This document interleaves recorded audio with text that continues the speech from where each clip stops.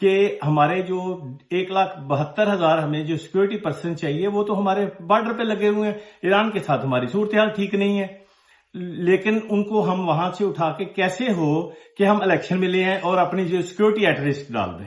Okay, یہ ایک نئے ترتیب بنائی جا رہی ہے.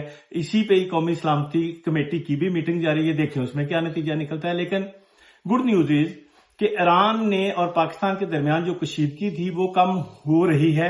ایران کی طرف سے انیشیٹ کیا گیا ہے. ایران نے کہا ہے کہ جی ہمارے تعلقات جو ہیں پاکستان کے ساتھ بہت اچھے ہیں، تعلقات میں اتار چڑھاؤ آتا رہتا ہے. ان کی وزارت خارجہ نے کہا ہے کہ تعلقات میں اتار چڑھاؤ آتا رہتا ہے، ہو گئے ہیں، لیکن ہم پاکستان کے ساتھ اس کو بڑھانا نہیں چاہتے ہیں، اور نہ ہم چاہتے ہیں کہ پاکستان اور جو ایران اور مسلمانوں کے جو دشمن ہیں ان کو یہ موقع ملے کہ وہ آ کے ہماری لڑائی کو بڑھائیں اور ہمیں کسی نئے مصیبت میں ڈال دیں. تیسری چیز جو ہے، اگر ہم دوسری طرف چلیں تو جو یمن کے حوثی ہیں انہوں نے لاسٹ 3 days میں 3 دنوں میں 3 جو امریکن شپس ہیں ان پہ حملے کیے ہیں. آج بھی کیا ہے، آج بھی انہوں نے کیا ہے. شپ کا نام تھا MV سیمبر رینجرز، اس کے اوپر کیا، اس کو تباہ کر دیا.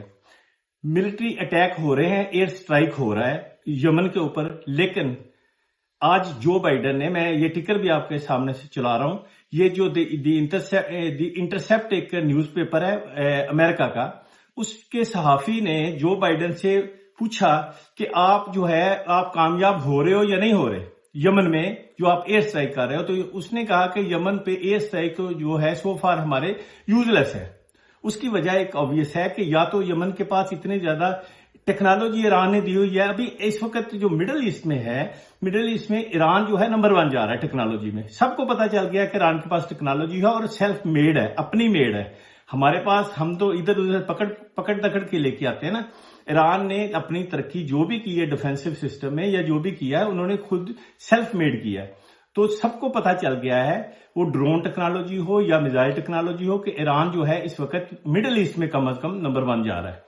اور ایران نے کہا تھا کہ میرے پاس ایسی ٹیکنالوجی ہے جس کو آپ ڈیٹیکٹ بھی نہیں کر سکو گے، میرے میزائل ایسے ہیں جن کو آپ ڈیٹیکٹ نہیں کر سکو گے، انٹرسپٹ نہیں کر سکو گے. اور اس نے یہ دکھایا ہے جب سیریا پہ اس نے حملہ کیا ہے. سیریا پہ جا کے جو موساد کا ہیڈ کوارٹر تھا جو 2-3 دن پہلے وہاں پہ حملہ کیا، تو اس میں اس کے جو میزائل تھے ان کو ڈیٹیکٹ کیا نہیں جا سکا. 1200 کلومیٹر دور بڑے پن پوائنٹ پہ جا کے ایکوریٹلی اس نے وہ ان کا انفراسٹرکچر تباہ کر دیا. بہرحال شاید اسی لیے ابھی تک روسیوں جو حوثی ہیں ان کی بھی ٹیکنالوجی اینٹی شپ میزائل جو ہیں جو انہوں نے آج مارے ہیں 2 ایک شپ کے اوپر جو اسرائیل کو جا رہا تھا اس کو انہوں نے تباہ کر دیا ہے.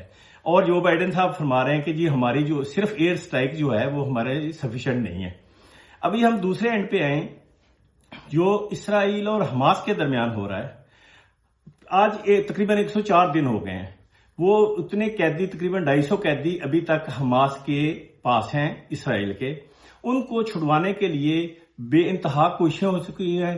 یہ ٹکٹ دیکھ لیں، پورا غازہ تباہ ہو گیا ہے، لیکن وہ قیدی نہیں مل رہے. وہ کہاں پہ ہیں؟ آج جو ان کی وار کیبنٹ ہے اس کے ایک منسٹر ہیں گیڈی انسکاٹ جو ہے، وہ ان کی وار کیبنٹ کے ایک بڑے اعلیٰ عہدیدار ہیں، ممبر ہیں، ان کی منسٹر ہیں. انہوں نے کہا ہے جی ہمیں اس کو مان لینے میں کوئی شرمندگی نہیں ہے کہ ہم اس میں ناکام ہو چکے ہیں.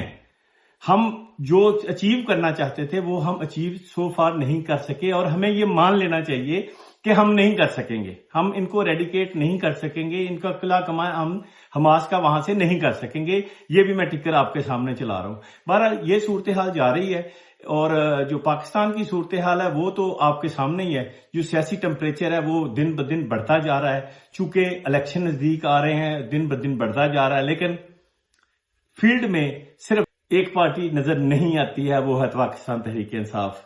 ان کو نہ کہیں پہ بینر لگانے کو دے رہا ہے، نہ ان کو کوئی بات کرنے دے رہا ہے، نہ ان کی کوئی کارنر میٹنگ ہو رہی ہے. لیکن ووٹر ہیں، عوام ہیں، تو وہ جو ان کے ساتھ چمٹے ہوئے ہیں.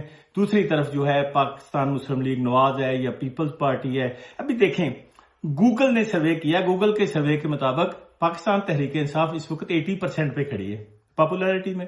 تو یہ ایک بڑی الارمنگ سچویشن ہے، اس پہ سوچنے کی ضرورت ہے. بہرحال ہمارے جو ادارے ہیں، ہمارے جو طاقتور لوگ ہیں، ان کو یہ سوچنا چاہیے کہ ایک پاپولر جماعت ہے اس کو ہم اگر سائیڈ لائن کر بھی دیں گے, ایسا الیکشن اگر کروا بھی دیں گے جو کہ ایپیڈنٹلی ایک متنازع الیکشن ہوگا, تو اس پہ کیا پاکستان کو کوئی اس میں فائدہ ہو سکے گا؟ میرا نہیں خیال کہ اس میں کوئی بھی یہ ساری لا حاصل پریکٹس ہوگی اور صرف ضیاء وقت ہوگا اور پیسے کا ضیاع ہوگا. اس کے علاوہ اس سے کوئی نتیجہ نکلنے کی کوئی امید نہیں ہے. بہرحال ہمیں پر امید رہنا چاہیے کہ انشاءاللہ اللہ تعالیٰ کرے گا پاکستان جو ہے یہاں پہ پرامن طور پہ الیکشن ہو سکیں گے اور پاکستان جو ہے آئینی طور پر چلایا جا سکے گا. ہمیں دعا بھی کرنی چاہیے. اور میں اس کے ساتھ اپنا ویلاگ ختم کرتا ہوں کہ اللہ تعالیٰ کرے کہ پاکستان میں تمام کام جو ہیں آئین اور قانون کے مطابق ہوں اور پاکستان ترقی کرے اور ہمیں اس کو دیکھنا نصیب کرے. پاکستان زندہ باد.